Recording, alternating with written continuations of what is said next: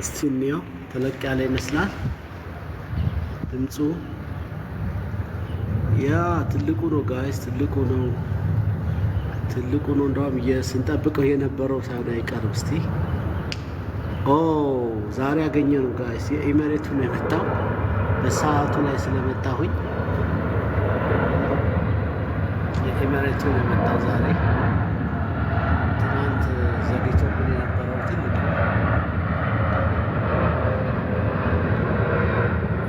አዲስ አበባ ላይ ኢሜሬት 10 ጉዳይ ላይ ሁሌ ይመጣል። ትልቁ ፕሌን ዛሬ አግኝተነዋል።